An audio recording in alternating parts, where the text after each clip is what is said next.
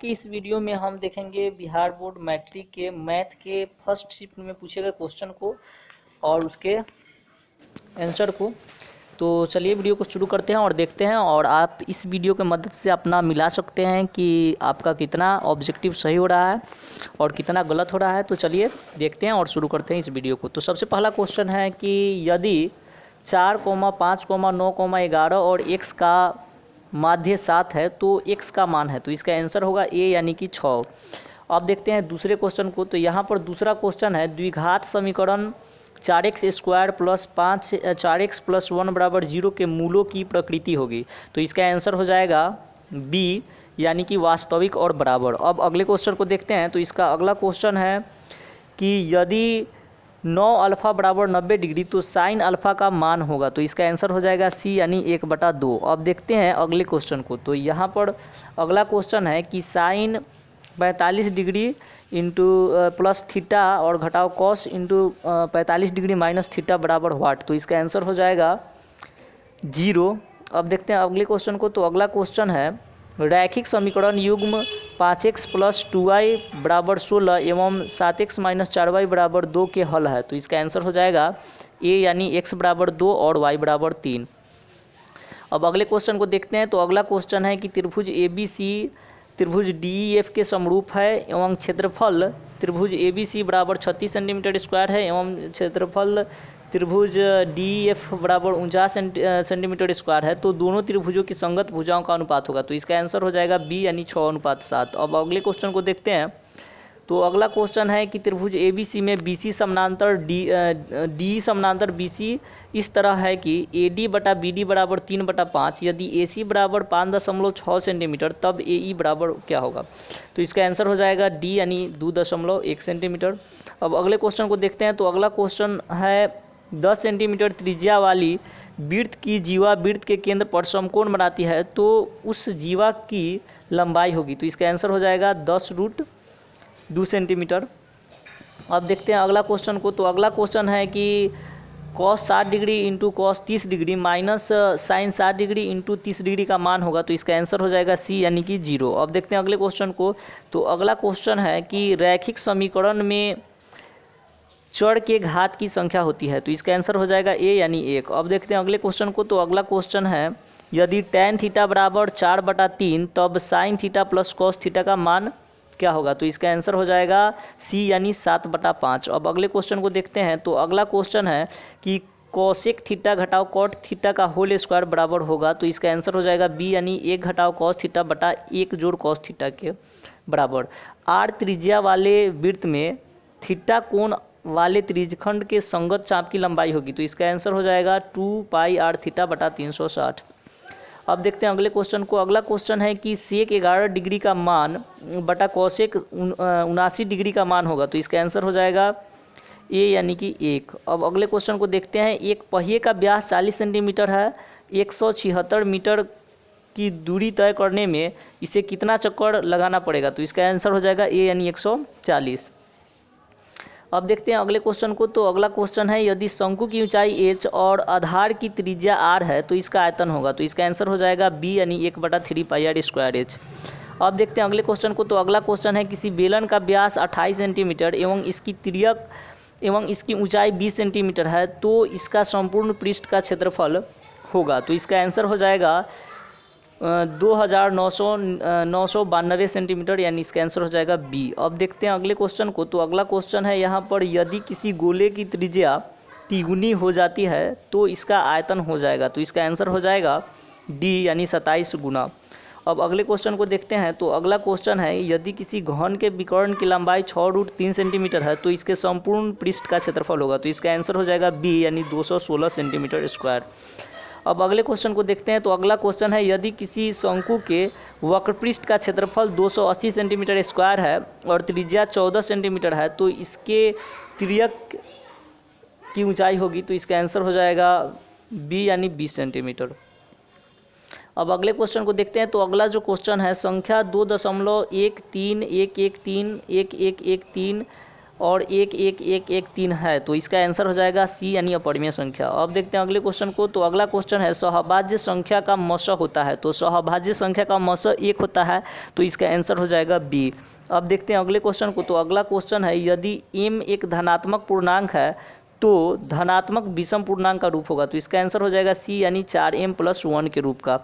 अब अगले क्वेश्चन को देखते हैं। तो अगला क्वेश्चन है रैखिक बहुपद के शून्यकों की संख्या होती है, तो इसका आंसर हो जाएगा बी यानी 1।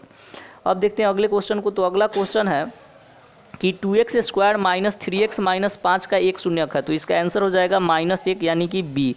अब देखते हैं अगले क्वेश्चन को। तो अगला क्वेश्चन है यदि px बराबर qx × gx और px का घात बराबर 6 और gx का घात बराबर 2 हो तो px बटा gx का घात होगा, तो इसका आंसर हो जाएगा सी यानी 3। अब देखते हैं अगले क्वेश्चन को। तो अगला क्वेश्चन है कि बहुपद 6x² - 11x + 3 के शून्यकों का योग होगा, तो इसका आंसर हो जाएगा सी यानी 11/6। अब देखते हैं अगले क्वेश्चन को। तो अगला क्वेश्चन है दो चर x y में रैखिक समीकरण ax + by + c बराबर 0 के वास्तविक संख्याओं के समुच्चय में कितने हल होंगे, तो इसका आंसर हो जाएगा डी यानी कोई नहीं, क्योंकि इसका अनंत हल होगा। अब देखते हैं अगले क्वेश्चन को। तो अगला क्वेश्चन है हमारा कि रैखिक समीकरण युग्म 2x + 3y बराबर 5 एवं 4x + 6y बराबर 15 के कितने हल होंगे, तो इसका आंसर हो जाएगा डी यानी कोई हल नहीं। अब देखते हैं अगले क्वेश्चन को। तो अगला क्वेश्चन है यदि रैखिक समीकरणों का युग्म संगत है तब उनके द्वारा निरूपित रेखाएं होती है, तो इसका आंसर हो जाएगा डी प्रतिच्छेदी या समपाती। अब अगला क्वेश्चन देखते हैं। तो अगला क्वेश्चन है 31 नंबर निम्नलिखित में से कौन अपरिमेय नहीं है, तो इसका आंसर हो जाएगा डी यानी कि 3√75/√48। अब अगला क्वेश्चन देखते हैं। तो अगला क्वेश्चन है यदि अल्फा एवं बीटा द्विघात बहुपद x² - 3x + 5 के शून्यक हो तो अल्फा + बीटा का मान होगा, तो इसका आंसर हो जाएगा ए यानी कि 3। अब अगले क्वेश्चन को देखते हैं। तो अगला क्वेश्चन है द्विघात बहुपद x² + 1/6x - 2 के शून्यक होंगे, तो इसका आंसर हो जाएगा बी यानी -3/2, 4/3। अब अगले क्वेश्चन को देखते हैं। तो अब अगला क्वेश्चन है कि यदि दो संख्याओं का गुणनफल 2166 है एवं उनका मौसा 19 है तो उनका लसा होगा, तो इसका आंसर हो जाएगा सी यानी 114। अब देखते हैं अगले क्वेश्चन को। तो अगला क्वेश्चन है हमारा 35 नंबर यदि बहुपद px का एक गुणनखंड x + 1 हो तो बहुपद px का एक शून्यक होगा, तो इसका आंसर हो जाएगा -1 यानी ए।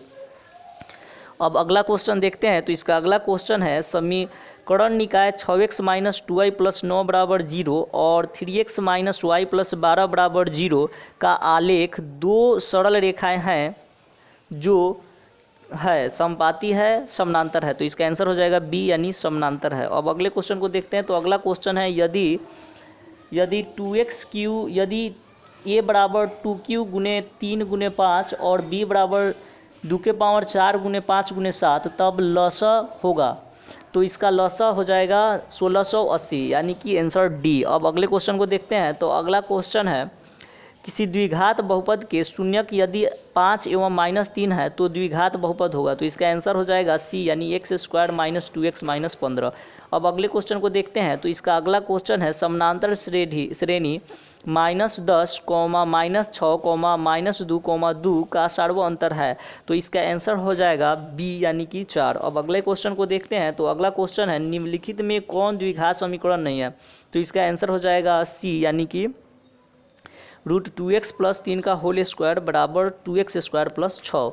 अब देखते हैं अगले क्वेश्चन को। तो अगला क्वेश्चन है किसी वृत्ताकार क्षेत्र की परिधि 4 पाई मीटर है तो उसकी त्रिज्या होगी, तो इसका आंसर हो जाएगा बी यानी 2 मीटर। अब अगले क्वेश्चन को देखते हैं। तो अगला क्वेश्चन है 6 सेंटीमीटर त्रिज्या वाले अर्धवृत्त की कुल परिमिति होगी, तो इसका आंसर हो जाएगा बी यानी कि पाई + 2 × 6 सेंटीमीटर।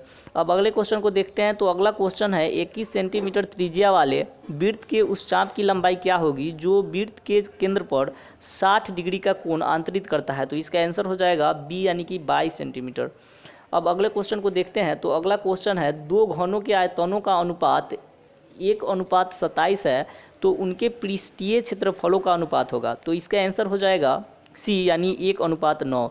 अब अगले क्वेश्चन को देखते हैं। तो अगला क्वेश्चन 45 नंबर है। एक बेलन जिसकी आधार की त्रिज्या 80 सेंटीमीटर एवं ऊंचाई 20 सेंटीमीटर है, इसके के संपूर्ण पृष्ठीय क्षेत्रफल एवं वक्रपृष्ठ के क्षेत्रफल का अनुपात होगा। तो इसका आंसर हो जाएगा डी यानी 5:1। अब अगले क्वेश्चन को देखते हैं। तो अगला क्वेश्चन है 8, 7, 12, 15, 10, 9, 11 की माध्यिका होगी। तो इसका आंसर हो जाएगा ए यानी 10। अब अगले क्वेश्चन को देखते हैं। तो अगला क्वेश्चन है कि 70, 80, 50, 60, 70, 40, 50, 90, 50, 30 का बहुलक होगा। तो इसका आंसर हो जाएगा बी यानी कि 50, क्योंकि इसमें 50 सबसे अधिक बार आ रहा है। अब अगले क्वेश्चन को देखते हैं। तो अगला क्वेश्चन है किसी वर्गीकृत आंकड़ों में यदि एक्स एस वर्ग अंतराल का मध्य बिंदु है और एफ एस संगत बराबरताएँ हैं, तो एक्स माध्य है तो इतना बराबर होगा। तो इसका आंसर हो जाएगा एक्स के बराबर होगा ए यानी। अब अगले क्वेश्चन को देखते हैं। तो अगला क्वेश्चन है यदि किसी घटना के घटने की प्रायिकता P है तो उसके नहीं होने की प्रायिकता होगी। तो इसका आंसर हो जाएगा 1 घटाओ P यानी कि आंसर बी। अब अगले क्वेश्चन को देखते हैं। तो अगला क्वेश्चन है दो पासों को एक साथ फेंका जाता है, दोनों पासों पर अंक 5 आने की प्रायिकता होगी। तो इसका आंसर हो जाएगा बी यानी 1/36। अब अगले क्वेश्चन को देखते हैं। यदि द्विघात समीकरण ax² + bx = c के मूल अल्फा और बीटा हो तो अल्फा प्लस बीटा का मान होगा। तो इसका आंसर हो जाएगा ए यानी -b/a। अब अगले क्वेश्चन को देखते हैं। अगला क्वेश्चन है 52 नंबर। यदि समीकरण 3x² - 10x + 3 = 0 का एक मूल 1/3 है तो दूसरा मूल होगा। तो इसका आंसर हो जाएगा डी यानी कि 3। अब अगले क्वेश्चन को देखते हैं। तो अगला क्वेश्चन है 53 नंबर। यदि द्विघात समीकरण 9x² + 6kx + 4 = 0 के मूल वास्तविक एवं समान हो तो k का मान होगा। तो इसका आंसर हो जाएगा 2 या -2 यानी सी आंसर। अब अगला क्वेश्चन देखते हैं। अगला क्वेश्चन है कि द्विघात समीकरण 4y² + 4y + 1 = 0 के मूलों का गुणनफल होगा। तो इसका आंसर हो जाएगा ए यानी 1/4। अब अगले क्वेश्चन को देखते हैं। अगला क्वेश्चन है यदि x + 2, 3x और 4x + 1 समानांतर श्रेणी में हो तो x का मान होगा। तो इसका आंसर हो जाएगा सी यानी 3। अब अगले क्वेश्चन को देखते हैं। तो अगला क्वेश्चन है 56 नंबर की समानांतर श्रेणी 0, -4, -8, -12 का सर्वांतर है। तो इसका आंसर हो जाएगा सी यानी -4। अब अगले क्वेश्चन को देखते हैं। तो अगला क्वेश्चन है 57 नंबर। समानांतर श्रेणी 14, 9, 4, -1, -6 का 12वां पद है। तो इसका आंसर हो जाएगा बी यानी -41। अब देखते हैं अगले क्वेश्चन को। तो अगला क्वेश्चन है यदि किसी समानांतर श्रेणी का प्रथम पद 13 एवं सर्वांतर -4 हो तो इसके प्रथम 10 पदों का योगफल होगा। तो इसका आंसर हो जाएगा बी यानी कि -50। अब अगले क्वेश्चन को हम देख लेते हैं। तो हमारा अगला क्वेश्चन है 59 नंबर। वाई अक्ष पर बिंदु जिसकी बिंदु 4,2 से दूरी 5 है निम्नलिखित में कौन है। तो इसका आंसर हो जाएगा बी यानी 0, -1। अब देखते हैं हम अगले क्वेश्चन को। तो हमारा अगला क्वेश्चन है यदि आर 5,6 बिंदुओं ए 6,5 एवं बी 4, y को मिलाने वाली रेखाखंड ए बी का मध्य बिंदु है तो y का मान होगा। तो इसका आंसर हो जाएगा बी यानी 7। अब देखते हैं अगले क्वेश्चन को। तो हमारा अगला क्वेश्चन है 61 नंबर। बिंदुओं 6, -5 एवं -2, 11 को जोड़ने वाली रेखाखंड के मध्य बिंदु का नियामक यदि 2, p हो तो p का मान होगा। तो इसका आंसर हो जाएगा बी यानी 3। अब अगले क्वेश्चन को देखते हैं।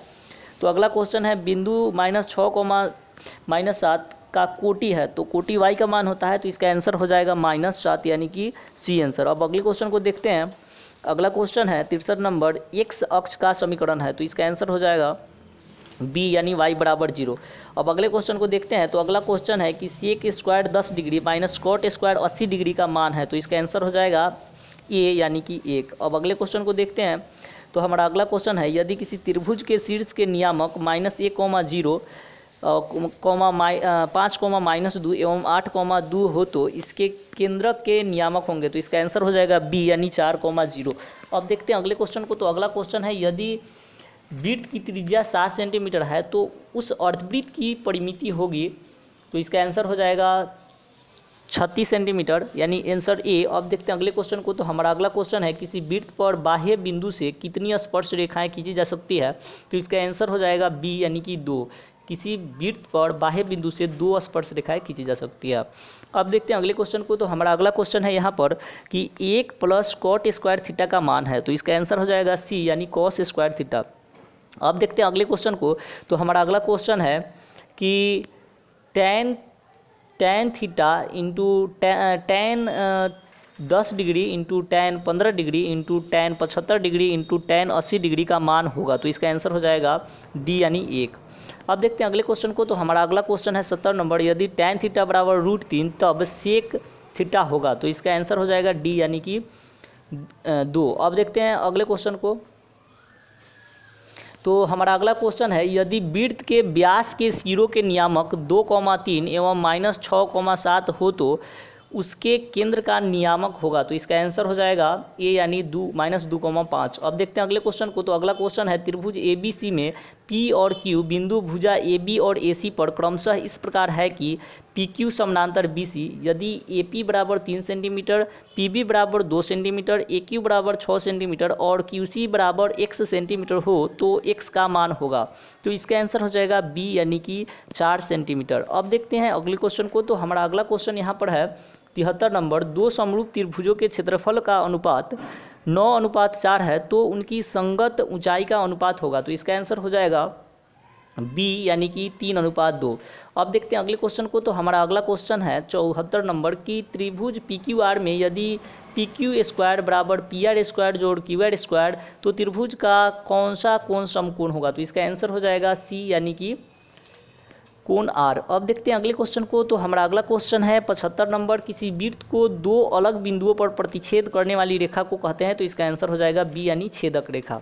अब देखते हैं अगले क्वेश्चन को। तो अगला क्वेश्चन है, यदि जीवा AB वृत्त के केंद्र पर 60 डिग्री का कोण अंतरित करता है तो A और B बिंदुओं पर खींची गई स्पर्श रेखाओं के बीच का कोण होगा, तो इसका आंसर हो जाएगा डी यानी कि 120 डिग्री। अब अगले क्वेश्चन को देखते हैं। तो अगला क्वेश्चन है 77 नंबर, एक वृत्त पर कितनी स्पर्श रेखाएं खींची जा सकती है, तो इसका आंसर होगा डी यानी कि अनंत, क्योंकि हम किसी भी वृत्त पर अनंत स्पर्श रेखा खींच सकते हैं। अब देखते हैं अगले क्वेश्चन को। तो हमारा अगला क्वेश्चन है कि √1 + tan स्क्वायर A बराबर होगा, तो इसका आंसर हो जाएगा बी यानी सेक स्क्वायर A के। अब देखते हैं अगले क्वेश्चन को। अगला क्वेश्चन है 79 नंबर है कि कौशिक स्क्वायर 57 डिग्री घटाओ tan स्क्वायर 33 डिग्री बराबर है, तो इसका आंसर हो जाएगा बी यानी कि 1। अब देखते हैं अगले क्वेश्चन को। तो अगला क्वेश्चन है कि cos 48 डिग्री घटाओ sin 42 डिग्री बराबर है, तो इसका आंसर हो जाएगा बी यानी कि 0 के। अब अगला क्वेश्चन देखते हैं कि अगला क्वेश्चन है कि 7, 3, 5, 8, 6, 10, 9, 12 का माध्यिका है, तो इसका आंसर हो जाएगा बी यानी कि 7.5। अब अगले क्वेश्चन को देखते हैं। तो अगला क्वेश्चन है हमारा कि 9, 3, 4, 7, 2, 9, 6, 7, 9 का बहुलक क्या है, तो इसका आंसर हो जाएगा डी यानी कि 9। अब अगले क्वेश्चन को देखते हैं। तो अगला क्वेश्चन है, निम्नलिखित में कौन सी अभाज्य संख्या है तो जिसमें एक और स्वयं को छोड़कर किसी अन्य संख्या से भाग नहीं लगता है उसको अभाज्य संख्या कहते हैं, तो इसका आंसर हो जाएगा डी यानी कि 13। अब अगले क्वेश्चन को देख लेते हैं। तो अगला क्वेश्चन है हमारा 84 नंबर, यदि किसी बरम्बरता सारणी का माध्य 8.9 एवं माध्यिका 9 हो तो बहुलक होगा, तो इसका आंसर हो जाएगा सी यानी कि 9.2। अब अगले क्वेश्चन को देखते हैं। तो अगला क्वेश्चन है 19 और 25 का समानांतर माध्य है, तो इसका आंसर हो जाएगा बी यानी 22। अब अगले क्वेश्चन को देखते हैं। तो किसी घटना ई के लिए PE और प्लस PE नहीं बराबर क्या होगा, तो इसको दोनों को जोड़ने पर 1 होता है, तो इसका आंसर हो जाएगा बी यानी 1। अब अगले क्वेश्चन को देखते हैं। तो हमारा यहाँ पर अगला क्वेश्चन है 87 नंबर, 2 सिक्के के उछाल में 2 शीर्ष आने की प्रायिकता होगी, तो इसका आंसर हो जाएगा डी यानी 1/4। अब अगले क्वेश्चन को देख लेते हैं। यदि किसी ऊर्ध्वाधर स्तंभ की ऊंचाई जमीन पर उस स्तंभ की छाया की लंबाई की √3 है तो सूर्य का उन्नयन कोण होगा, तो इसका आंसर हो गया सी यानी 60 डिग्री। अब अगले क्वेश्चन को देखते हैं। तो अगला क्वेश्चन है 79 नंबर है कि यदि ए और बी सहभाज्य संख्या है तो लसा A, B होगा, तो इसका आंसर हो जाएगा सी यानी कि AB। अब अगले क्वेश्चन को देखते हैं। हमारा अगला क्वेश्चन है कि निम्नलिखित में से कौन सी घटना की प्रायिकता नहीं हो सकती, तो इसका आंसर होगा डी यानी कि 7/6। अब अगला क्वेश्चन देखते हैं। तो अगला क्वेश्चन है समीकरण 7x² - 12x + 18 = 0 के मूलों के योग एवं मूलों के गुणनफल का अनुपात होगा। तो इसका आंसर हो जाएगा डी यानी कि 2:3। अब अगले क्वेश्चन को देख लेते हैं। तो हमारा अगला क्वेश्चन है 92 नंबर, यदि द्विघात समीकरण ax² plus bx plus c के मूल बराबर हो तो c का मान होगा। तो इसका आंसर हो जाएगा डी यानी b²/4a। अब अगले क्वेश्चन को देखते हैं। तो अगला क्वेश्चन है y बराबर 10 का आलेख कैसी सरल रेखा होगी। तो इसका आंसर हो जाएगा ए यानी x अक्ष के समानांतर। अब अगले क्वेश्चन को देखते हैं। तो अगला क्वेश्चन है निम्नलिखित में से कौन सा बिंदु तृतीय चतुर्थांश में स्थित है। तो इसका आंसर हो जाएगा बी यानी -4, -6। अब देखते हैं अगले क्वेश्चन को। तो अगला क्वेश्चन है यदि समानांतर श्रेणी का प्रथम पद a और सार्वअंतर d हो तो इसके प्रथम n पदों का योगफल होगा। तो इसका आंसर हो जाएगा c यानी n/2 और 2a + n-1 × d। अब अगले क्वेश्चन को देखते हैं। तो अगला क्वेश्चन है समानांतर श्रेणी 2, 7, 12, का 10वां पद होगा। तो 10वां पद इसका सी होगा यानी 47। अब अगले क्वेश्चन को देखते हैं। तो अगला क्वेश्चन है हमारा समानांतर श्रेणी 14, 9, 4, -1, -6 का इनवां पद होगा। तो इसका आंसर हो जाएगा बी यानी कि 19-5n। अब अगले क्वेश्चन को देखते हैं। तो अगला क्वेश्चन है हमारा 98 नंबर, समानांतर श्रेणी 2, 7, 12 का प्रथम 10 पदों का योगफल होगा। तो इसका आंसर हो जाएगा ए यानी कि 245। अब अगले क्वेश्चन को देखते हैं। तो अगला क्वेश्चन है कि द्विघात समीकरण ax² plus bx plus c बराबर 0 में x के मान होंगे। तो इसका आंसर हो जाएगा सी यानी कि -b और ±√b² - 4ac/2a। अब अगले क्वेश्चन को देखते हैं। तो हमारा ये अंतिम क्वेश्चन है कि बिंदुओं 9,3 एवं 15,11 के बीच की दूरी है। तो इसका आंसर हो जाएगा बी यानी 10। तो उम्मीद करता हूँ कि आपको ये वीडियो अच्छा लगा होगा और आप मिला चुके होंगे अपने। तो अब इसके अगले वीडियो में हम दूसरे सिटिंग के क्वेश्चन आंसर को देखेंगे। तब तक इस वीडियो में इतना ही। Thanks for watching.